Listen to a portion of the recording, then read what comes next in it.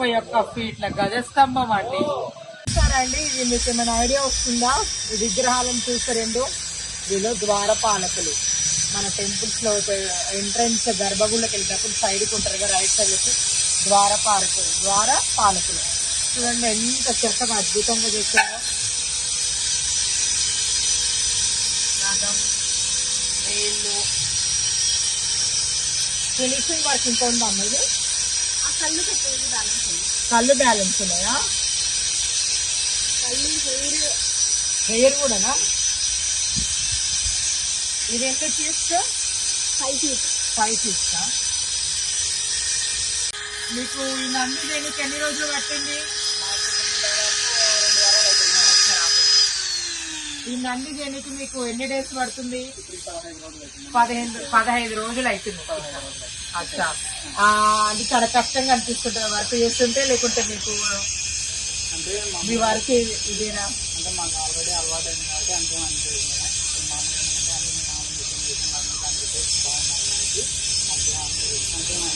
ఏమేమి విగ్రహాలు చేసినావు నీ సర్వీస్ లో? నా సర్వీస్ లో నంది ఎక్కువ చేస్తాను. నంది చేయడానికి నంది అంటే ఎక్కువ చేస్తాను. నంది చేయడం ఇష్టం, నంది చేస్తాం. ఎక్కువ చేస్తాను. ఎన్ని రోజుల నుంచి చేస్తున్నావు ఇంత పెద్ద నందిని? ఇది 15 రోజుల నుంచి చేస్తాను. 15-20. ఇది ఎల్బీ నగర్ మన ఎల్బీ నగర్కి వస్తుందంట. చూడండి ఎంత బాగుందో.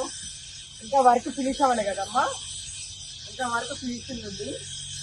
లక్ష్మీదేవుడు, బ్రహ్మదేవుడు, కృష్ణమూర్తి మన హైదరాబాద్కి వస్తుంది. నా అదృష్టం, మీ అందరికైనా ఫస్ట్ నేనే చూసా.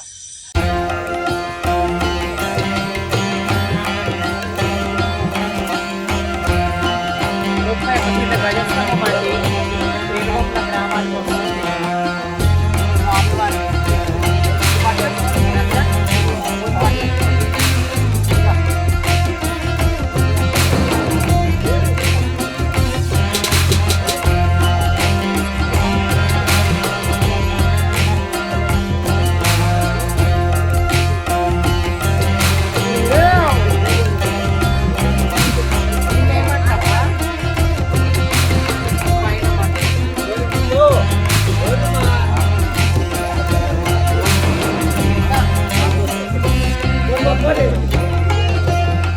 హలో చిన్న, మీ పేరేం పేరు?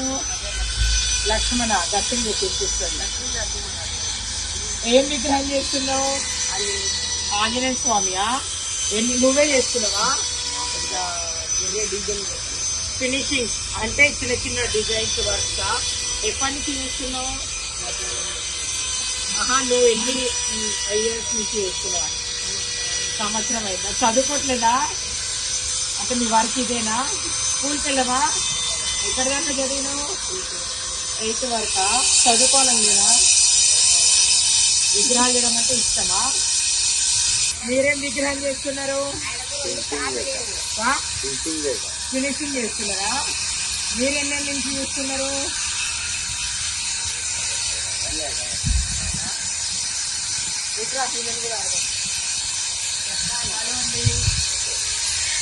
హలో, ఏం విగ్రహాలు చేస్తున్నారండి?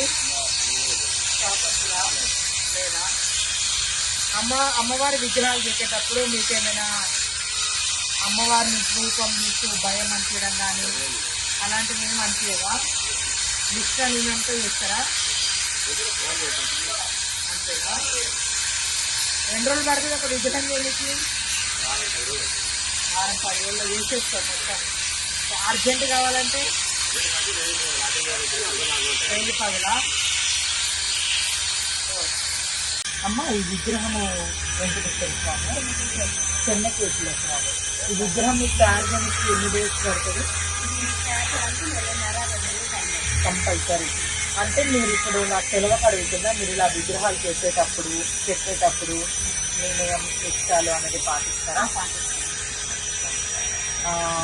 అంటే స్టోన్ ఏ స్టోన్ అన్నట్టు?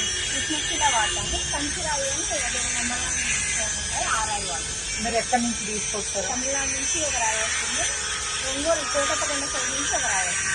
అక్కడి నుంచి స్టోన్స్ తీసుకొని వచ్చి ఇక్కడ మీరు వచ్చేసి చాలా వర్క్ చేస్తారు. ఎంత పడుతుండొచ్చు అంటే పీస్కి బట్టి ఉంటుందా, పీస్ని బట్టి ఉంటుంది, వెయిట్ని బట్టి ఉంటుందా? నిల్చున్న విగ్రహమా కూర్చున్న విగ్రహమా ఎన్ని చేతులు ఉన్నాయి అనే దాన్ని బట్టి ఉంటుంది. మళ్ళీ వాహనం మీద కూర్చొని ఉంటే ఇప్పుడు సపోజ్ అమ్మవారిని తీసుకోండి, పెళ్లి వాహనం మీద అట్లా కూర్చొని ఉంటారు కదా, అలాంటి వాటికి సపరేట్ కాస్ట్ ఉన్నది. మామూలుగా ఆసనం మీద కూర్చున్నట్టుగా ఉన్న అమ్మవారికి ఒక కాస్ట్ ఉంటుంది. ఒక్కొక్క రకమైన విగ్రహాన్ని బట్టి ఒక్కొక్క కాస్ట్ ఉంటుంది. అంటే ఫీట్ ఇంత అని ఉండదు, కానీ మనం చూస్ చేసి సెలెక్ట్ చేసిన విగ్రహాన్ని బట్టి కాస్ట్ ఉంటుంది. ఇవన్నిటికి అంతే టైం పడుతుందా? ఇన్ని విగ్రహాలు మీకు చెక్కనికి కొన్ని సంవత్సరాలు పట్టుండొచ్చు. చూసారు ఎంత అద్భుతంగా ఉన్నాయో. గణపతి, గణేశుడు, అమ్మవారు, ఈమె లక్ష్మీదేవత అమ్మవారు. ఇక్కడ కూడా చూడండి హనుమంతు స్వామి. ఈ స్టోన్ ఏంటమ్మా? ఎర్రరాయి, రెడ్ స్టోన్. అంటే అభిషేకాలన్నీ చేసుకోవచ్చా? ఎటువంటి ప్రాబ్లం ఉంది? అంటే ఎక్కువ ఎవరు యూజ్ చేస్తారు రెడ్ స్టోన్? అంటే చాలా మంది నాకు తెలిసి గ్లాస్ స్టోన్ అన్ని కృష్ణశైలిలోనే చేస్తాము. ఎవరైనా అంటే ఇప్పుడు ఇళ్ళల్లో కాకుండా బయట ఎక్కడైనా పడుతుంటారు, అంటే జంక్షన్ కాడ బయట ఎక్కడైనా పడుతుంటారు కదా. ఇప్పుడు సపోజ్ కొన్ని చోట్ల యాక్సిడెంట్లు ఎక్కువ జరుగుతుంటాయి. అలాంటి చోట్ల వాస్తు ప్రకారము ఆంజనేయ స్వామి విగ్రహం పెడితే బాగుంటుంది అంటారు. అట్లా జంక్షన్లలో పెట్టడానికి ఇలాంటి చూసారా? నేను చౌరస్తాలలో, గుళ్ళల్లో మన సైడ్ విగ్రహాలు ఎందుకు అనుకుంటే యాక్సిడెంట్స్, అలాగే అక్కడ ఏదైనా ఆ దారిలో నుంచి వెళ్తుంటే చెడు ఆలోచనలు, కళలు పడటము ఇలాంటివి జరుగుతుంటాయని భక్తులు ఎంతమంది అంటుంటారు. దానికి సాల్వ్ ఏంటంటే ఇలాంటి విగ్రహాలు పెడతారు. రెడ్ స్టోన్ ఇది చాలా రోడ్స్లలో, జంక్షన్స్లలో పెడితే విగ్రహాలు ప్రతిష్ట చేస్తారు. అంటే ఏమైనా చెడు దుష్ట శక్తులు అట్లా ఉన్నా పోతాయి ఆ స్వామివారి వల్ల భయం. చూడండి ఎన్ని విగ్రహాలు ఉన్నాయో చూడండి.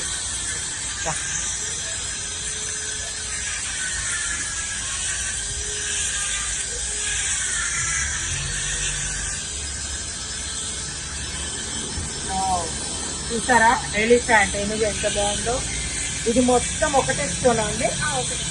ఒకటే స్టోన్ లో మొత్తం డిజైన్ చేసి తెచ్చి ఇలా నీట్ గా చేశారు. ఇది కూడా ఒకటే స్టోనా? ఇదంతా ఒకటేనా?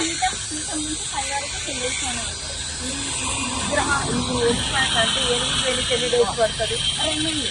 Compulsory 2 months. పాలిషింగ్ వర్క్ ఇంకా ఒక 10 days ఎక్స్ట్రా.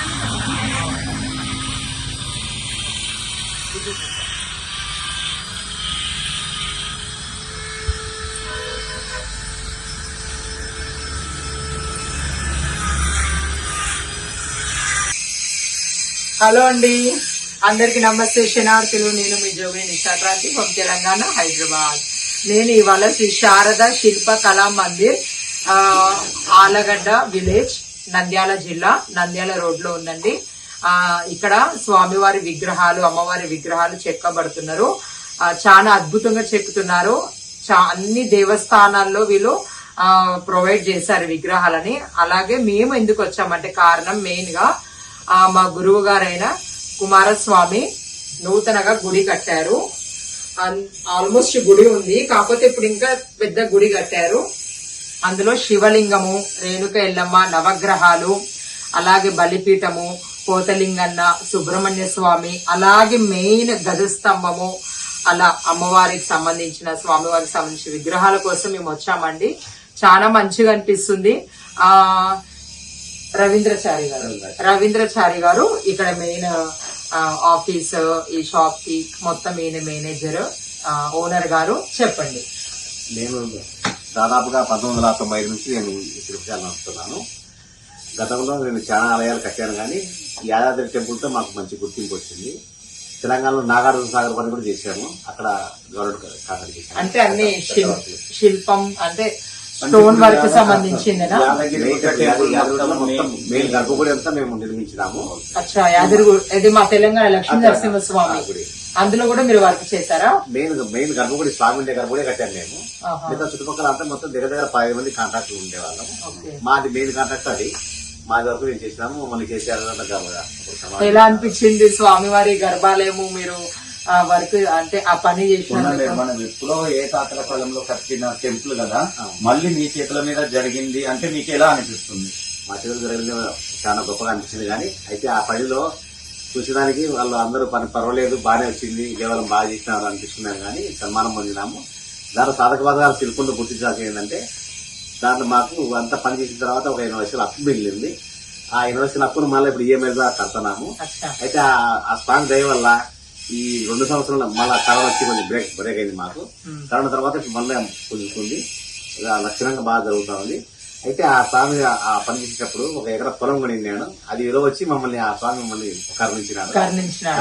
ఎంత అదృష్టం మీకు, ఎంత అదృష్టం. ఆ స్వామివారి యాదగిరి లక్ష్మీనరసింహ స్వామి పునర్నిర్మాణంలో మీరు ఆ స్వామివారి గర్భాలయంలో వర్క్ చేసినట్టే మీ అదృష్టం అది అని నేను కూడా భావిస్తున్నా. మీరు ఎన్నేళ్ల నుంచి చేస్తున్నారండి శిల్పకళా వేదిక? నేను 9 క్లాస్ తర్వాత నుంచి అంటే మీకు పరంపరంగా వస్తుందా? మీ తాతల నుంచి లేకుంటే మీ నుంచి? మా నాన్నగారు చేస్తారు, వాళ్ళ నాన్నగారు ఈ పని చేస్తారు. అంటే ఎన్ని వంశపరం అంటే ఒక 5 తరాల నుంచి చేస్తున్నారా? ఓకే. మేము కూడా ఇక్కడే శిల్పాలు చెక్కించినాము, మాకు కూడా చాలా మంచిగా అనిపిస్తుంది. అలాగే కాస్ట్ కూడా తగ్గట్టు తీసుకుంటున్నారు, అంత ఎక్కువ ఏం తీసుకోలేదు. వాళ్ళ వర్క్ ఎలా తగ్గినట్టు అలా తీసుకున్నారు. మావైతే అన్ని కలిపి ఒక 4 lakhs దాకా అయింది. మన ట్రావెలింగ్ అవన్నీ సపరేట్ పెట్టుకున్నాము. అద్భుతంగా చెక్కారు. మీకు విగ్రహ ప్రతిష్టాపన అయినాక నేను చూపిస్తాను విగ్రహాలు కూడా. చాలా మంచిగా అనిపిస్తుంది. మన తెలంగాణ హైదరాబాద్ నుంచి ఆల్మోస్ట్ ఎక్కడెక్కడి నుంచి వస్తారండి? రాష్ట్రం ఈ మధ్య కాలంలో తెలంగాణ నుంచి ఎక్కువ ఆర్డర్ వస్తున్నాయి. తెలంగాణ నుంచి ఎక్కువ. తెలంగాణలో సందు గల్లి గల్లికి గుడి లేని ఉండరు మా తెలంగాణ ప్రజలు. మా శిల్పకళను అప్పట్లో రాజులు పోషించే వాళ్ళు, ఇప్పుడు ప్రజలే మీరు మమ్మల్ని పోషిస్తున్నారు. ప్రతి ఒక్కరు ఆలయాలు కట్టించి. అదే గతంలో శిల్పకళకు ఆదరణ రాజుల కాలంలో పోషణ ఉండేది. రాజులు పోయిన తర్వాత మమ్మల్ని పోషించేవాళ్ళు లేకపోయేవాళ్ళు. ప్రజలే ఆలయాలు కట్టించి మమ్మల్ని పోషిస్తున్నారు. కాబట్టి మీ అందరికీ పేరు పేరు ధన్యవాదాలు చెప్తున్నాను. మన తెలంగాణ నుంచి అలాగే కర్ణాటక అలాగే మహారాష్ట్ర అంటే నా భక్తులు ఉన్నారు చెప్తున్నా. ఎవరికైనా విగ్రహ ప్రతిష్టాపన కావాలన్నా ఇది నంద్యాల జిల్లా, ఏపీ, ఆంధ్రప్రదేశ్, రాయలసీమనండి, రాయలసీమ నంద్యాల జిల్లా ఆలగడప అనే విలేజ్ లో శ్రీ శారద